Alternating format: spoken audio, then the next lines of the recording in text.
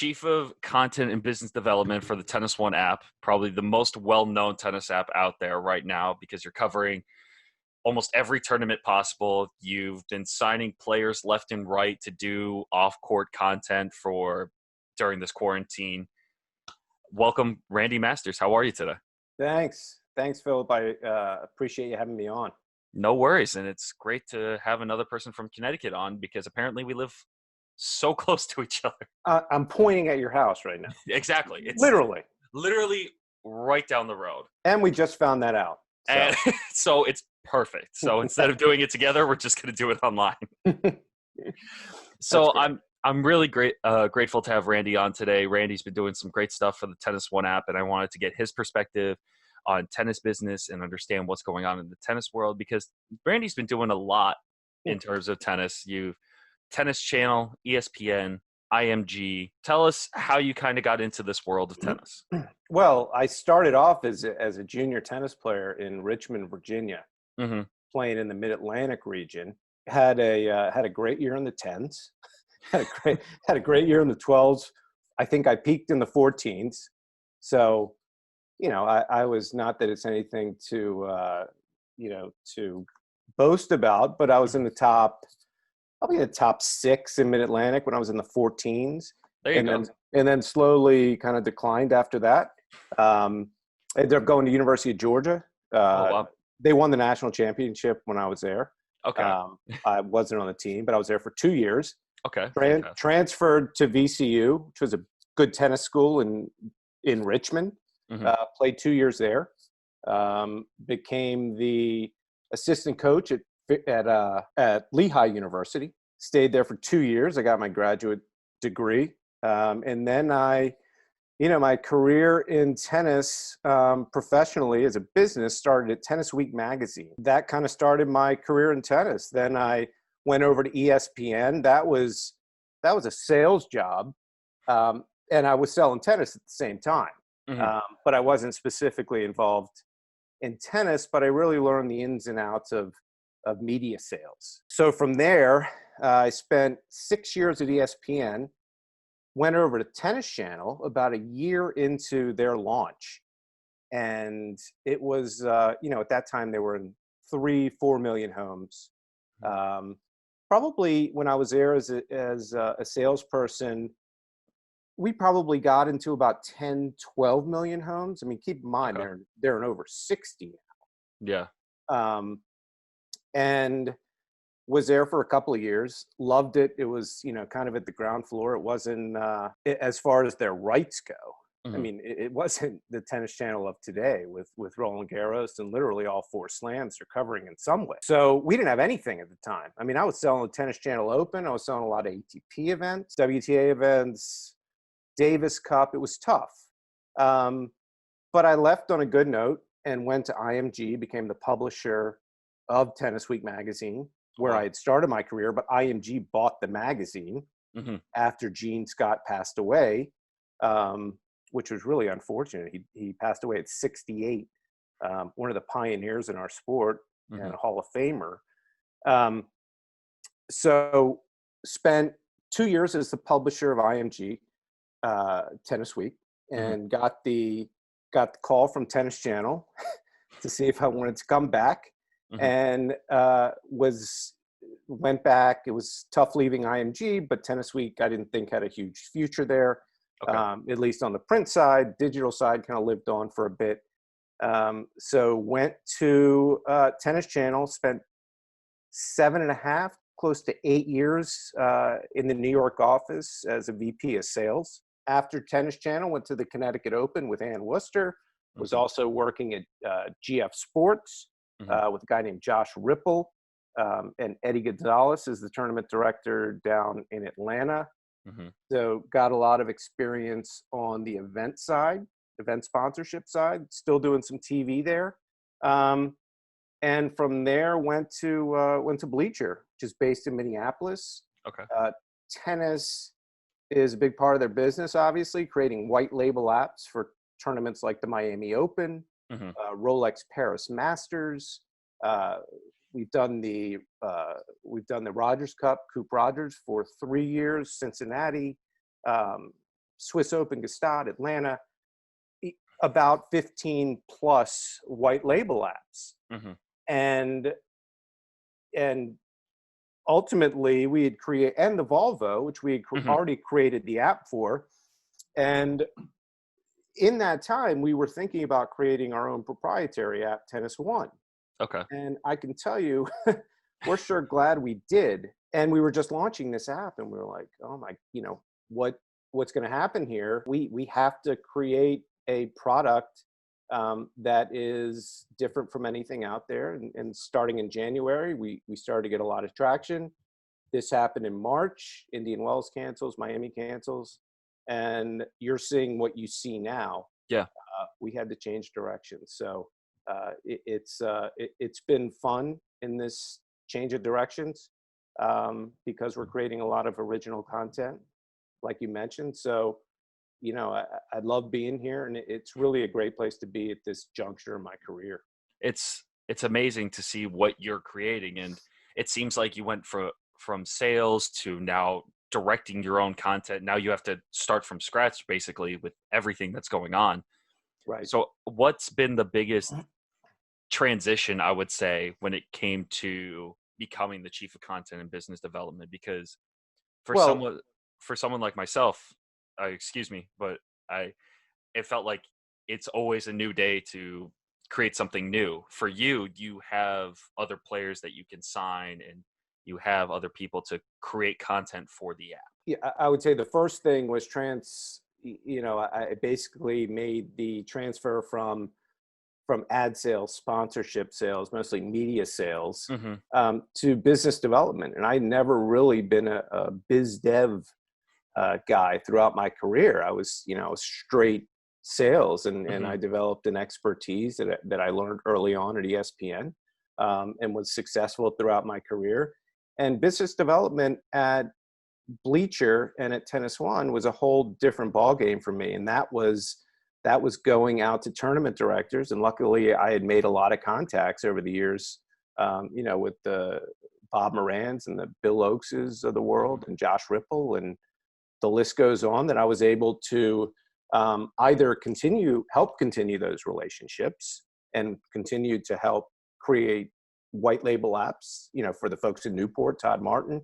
Mm-hmm. So those relationships, and then ones that I made with tournament directors that I really didn't know before, really helped our white label business. Because I think I played a crucial role in getting us in the door, and then with these tournaments, and then our whole team then joins forces, and it becomes a project that I somewhat step away from, and Mm-hmm. let the people that understand how to develop the app Mm-hmm. take over.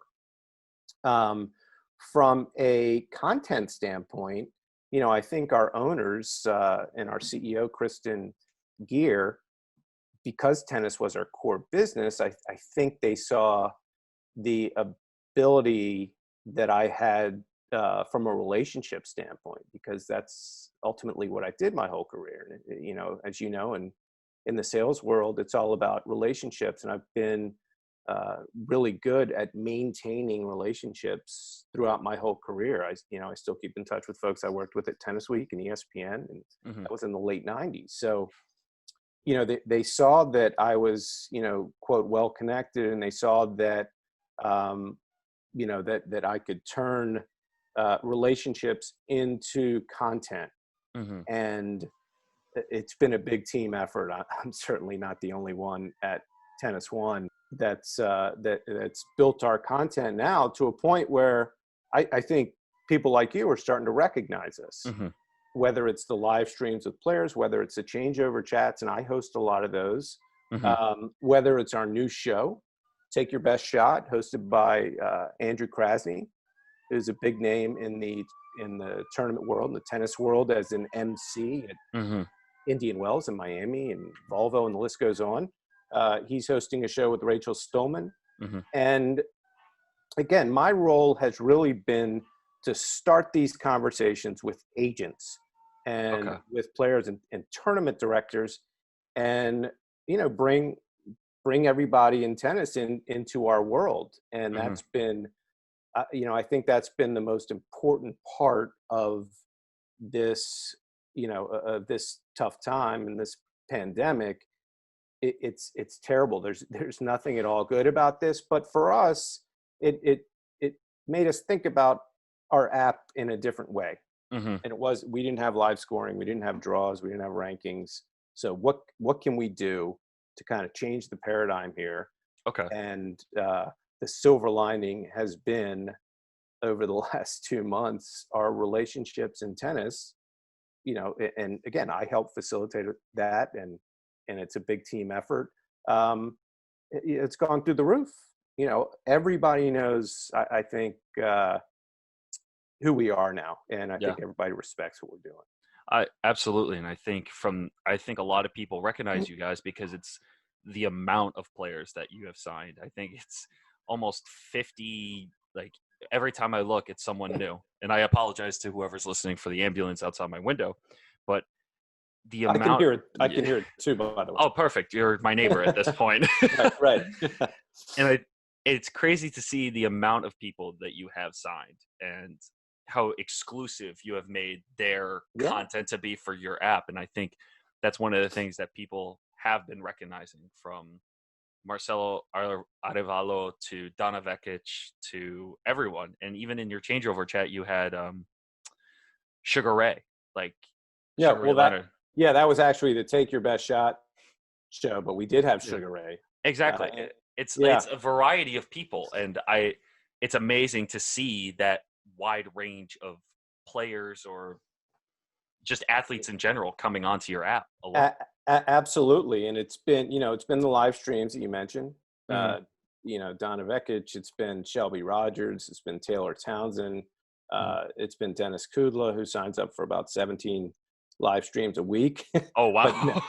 that's an exaggeration. But Dennis has been really involved, and Dennis is a funny guy, and he's engaging.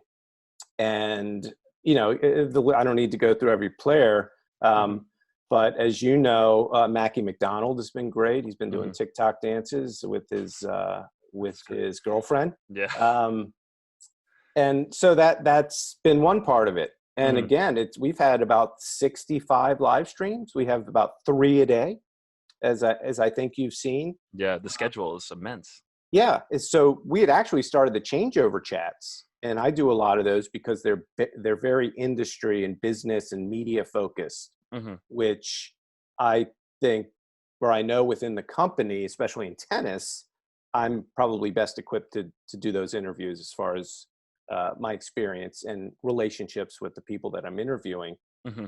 Bill McAtee, John Wertheim, Katrina Adams, Todd Martin, Ann Worcester. Uh, Again, the list goes on. So all of these people that didn't know who Tennis One was, Hmm. for the most part, until I gave them a call and said, "Here's what we're doing." And that's not everybody. Todd Martin knew us, Eddie Gonzalez, Hmm. a lot of these folks. But to get people like Katrina, Bill, John, all of these folks that are so well known in tennis into into our world has been it's been really satisfying and fulfilling for me, because it's helped me to believe, or, Hmm. or it's legitimized what I've done throughout my career, and that's maintain relationships. And now I can call these folks, and they want to be part of what we're doing. Sorry, a Take Your Best Shot with Andy Roddick. Hmm. We have a Venus Williams probably dropped in our app right now. And those are really based on the relationships that Andrew Krasny has brought to us. Hmm. Um, it's been so fun, and I think we have gained a lot of popularity. We have increased our installs from the time the pandemic started by Hmm. 150%, literally. Wow. And we launched this thing 4 months ago. Oh So wow. it's been a meteoric rise. We still have a long way to go. I think when tennis starts again, we might be increasing our installs by 150, 200% Hmm. a month at that time. So it's word of mouth, Hmm. and it's word of mouth from some really prominent people in the game. So Hmm. uh, it's been fun, and I'm glad you've taken notice. Of course, and it's hard not to take notice with the amount of publicity you're getting and the amount Yeah. of people that talk about it, because relating to my next question is the amount of relationships that you make personally in the tennis world. People don't realize how small it can be Right. and how many people know you just from word of mouth. Yeah. How do you, from a business perspective, how do you maintain those relationships from maybe a personal standpoint and a business standpoint? How do you differentiate the two? Well, it's, for me, it's always been, and I learned this early on at ESPN from a lot of the people that kind of mentored me in the sales world that Hmm. were, way up the ladder at ESPN when I first started there. And, we'd go out to lunches, we'd go to parties, we'd hang out with agency people and clients all the time. Uh, and, when I first started, I was a junior account executive, and that's kind of how I got my start there. Hmm. And I learned from all of these people. And again, I had just started in the sales world and I was at the biggest media company in the world. Everybody was friends with everybody. And it wasn't just about business, Hmm. it was about real relationships.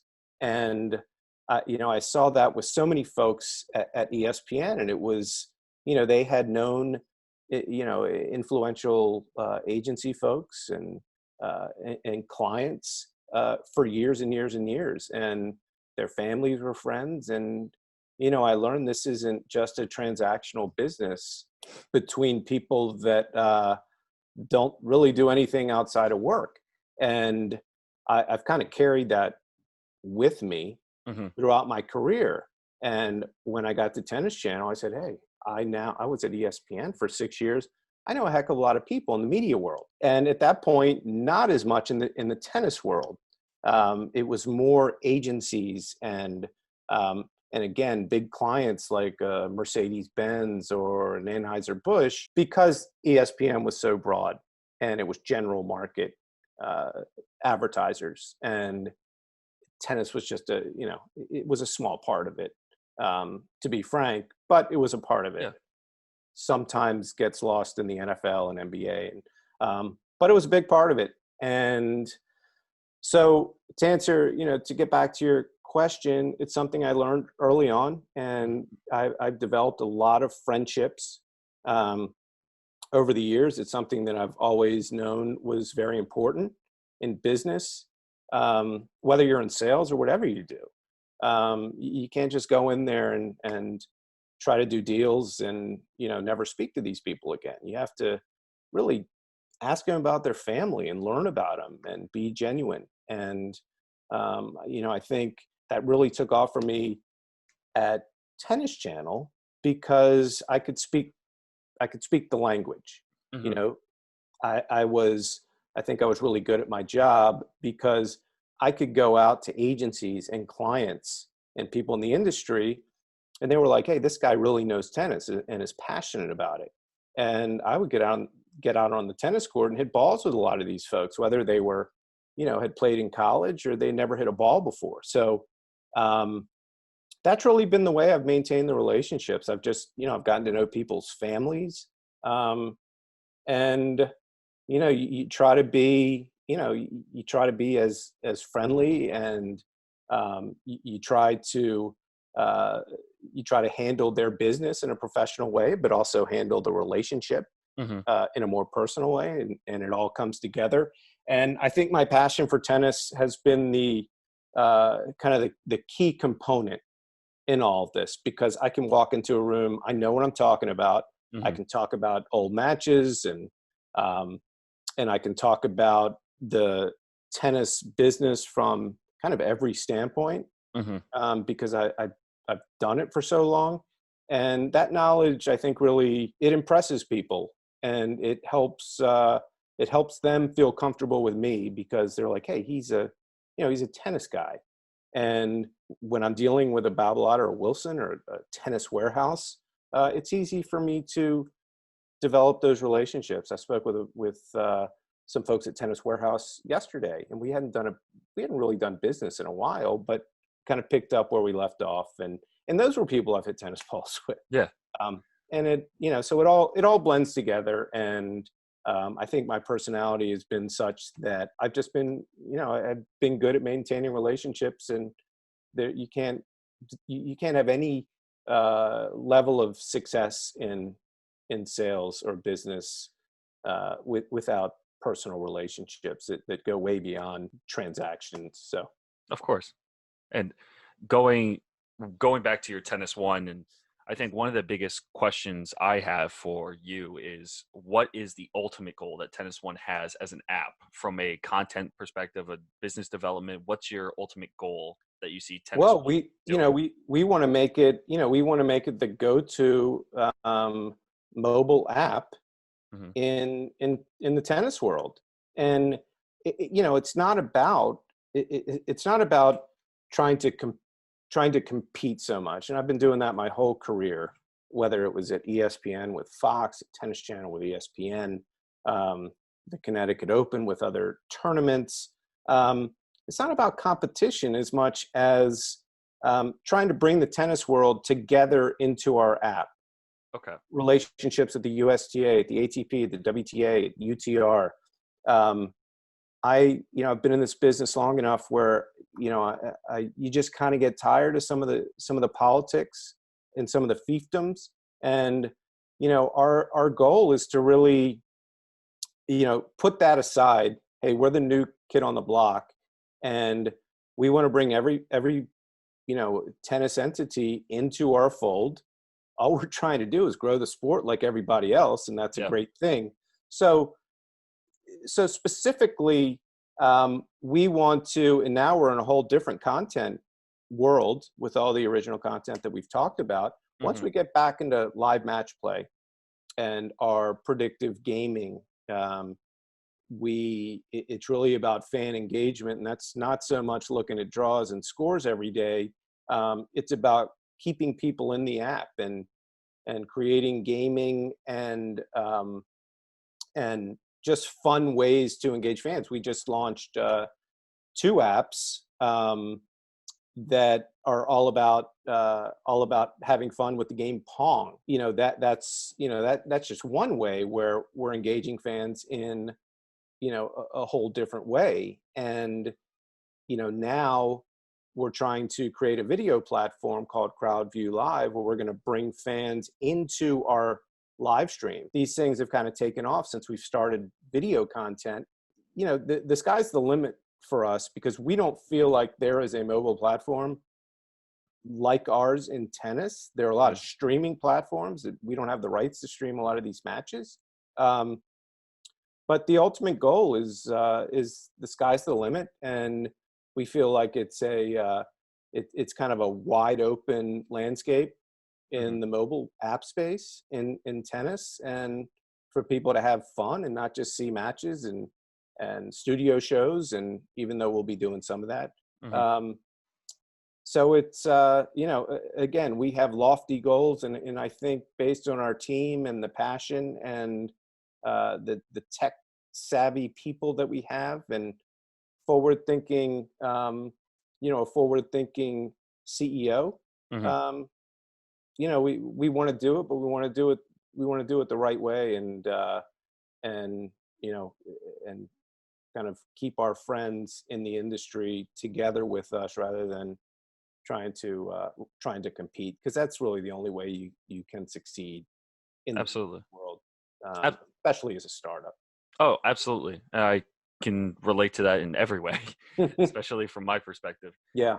And I think my last question for you today is, what is tennis content missing? Because I feel like with your app, you've been developing a lot of new and original content. And we talked about it a little bit when we met at Greg Shapiro's Zoom call. Yeah. And we talked about what what can you do to kind of create more? What is tennis missing particularly? What do you think is the biggest thing that tennis content is missing right now that we could possibly be doing better? Yeah, and I think that's what we think about every day. And I have the perspective of somebody that's been everywhere. I've been at Tennis Channel. I know what they do, and I love what they do. I was, a big part of selling a lot of it. as they progressed into studio shows. And I've seen the entire landscape of apps, whether they're tournament apps or, or the big ATP or WTA mobile platforms. And what none of them are doing, from my perspective, is keeping fans in the app by letting them have some fun. Mm-hmm.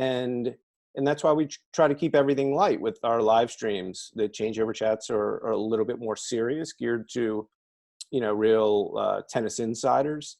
Mm-hmm. Rachel and Andrew's show is supposed to be very light. They don't want to just talk to Andy Roddick about tennis. They want to talk to him about his kids and what he does in his free time. And he's an interesting interview, but he was so kind to share a lot of that, a lot of the material and part of his life that people normally don't see. He didn't talk about his win at the U.S. Open or really his tennis career at all.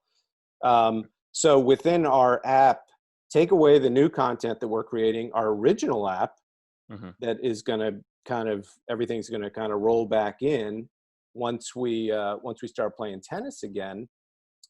We were actually we did a game called Point Streak Live, and we had live scoring that was as fast as anybody had in even the ATP, because we were getting kind of the same information.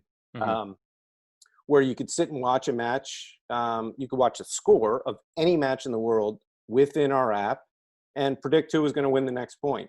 And it was all about trying to compete with other fans across the world that were in the app. Gotcha. And competing for prizes. And so we had that one element that was, and you could watch it on TV, and hopefully the timing linked up, so you were predicting the next point, but you couldn't actually see the next point.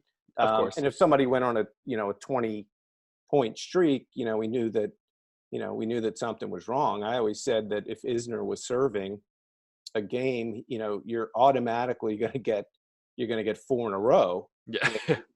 when you're predicting point by point. And then, we had another game where we had every matchup in the world on that day, singles, doubles, literally every match. And we gave fans the opportunity to go in and pick the winner on a daily basis. And we did it in a way that was really fun. And again, they're competing for something. It's not just competing for bragging rights. They were competing for prizing within our app. So it's all about having fans compete in a fun way. And that's how you keep them there. It's not about just going into an app, checking a score and leaving. I mean, our white label apps, people were spending 9-10 minutes a day in these apps. And that's unheard of in the app world and in the tennis space. I mean, I love the ATP app, the scoring app. I've been going to it my whole life, but I go in, I'm in there for a score and I'm out. Yeah. And so we've seen that trend, and we've just tried to create ways to keep people in the app for as long as possible. And I think based on the time that people have been staying in our live streams, the time they've taken to watch our Take Your Best Shot show, and the time that they're staying in the changeover chats and the Pong game, I think that's what it's all about, is just keeping people there. What can you do to engage them so much that they don't want to leave the app? And whether they spend 10 minutes each session or one, we want them to keep coming back throughout the day. So. Oh, absolutely. Well, Randy, thank you so much for joining me today. Whoever's listening to this or watching this, feel free to check out the Tennis One app. I'm leaving a link to it in the description. So thank you so much for joining me today, Randy, and good luck with the Tennis One app. I can't wait to see what else you guys have. Thanks so much for having me. No problem.